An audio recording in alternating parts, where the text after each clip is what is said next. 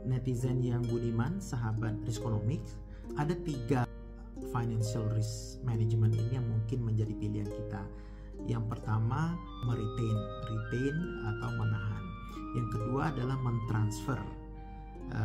Yang ketiga adalah sharing the risk, sharing the burden atau berbagi risiko itu. Kita bahas satu-satu ya. Retention atau meretain atau menahan risiko,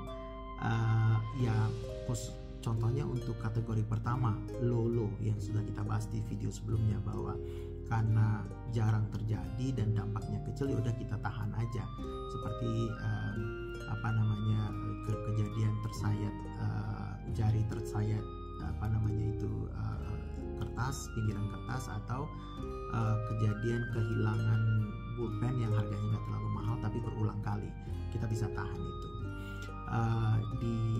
Di level corporate, perusahaan komersial, ada konsep yang namanya self insurance, ada yang konsep namanya captive. Ini juga bagian dari upaya meretain risiko atau menahan dampak finansial dari risiko. Nanti akan kita bahas pada video-video berikutnya. Yang kedua adalah mentransfer. Nah, mentransfer ini adalah kita memindahkan konsekuensi finansial dari suatu risiko apabila risiko itu telah berubah menjadi kerugian.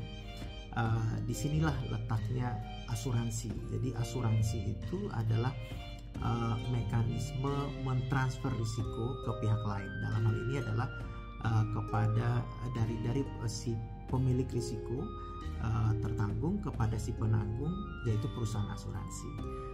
Yang dipindahkan adalah konsekuensi finansial dari risiko ini, yaitu apabila risiko berubah menjadi kerugian, dan kerugian ini bisa kita kuantifikasi secara finansial, kita bisa hitung dalam jumlah uang, maka kerugian finansial itulah yang akan nanti diganti oleh perusahaan asuransi. Nah, yang ketiga ini risk sharing. Instead of transfer, kita sharing atau berbagi risiko. Idenya mirip sebenarnya, berdekatan dengan transfer, tetapi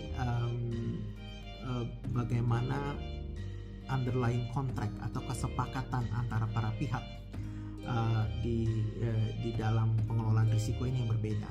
Kalau di transfer itu ada kontraknya, perjanjiannya memindahkan, mentransfer risiko, sementara di berbagi risiko atau risk sharing ini kontraknya adalah kesepakatan untuk menahan risiko bersama-sama.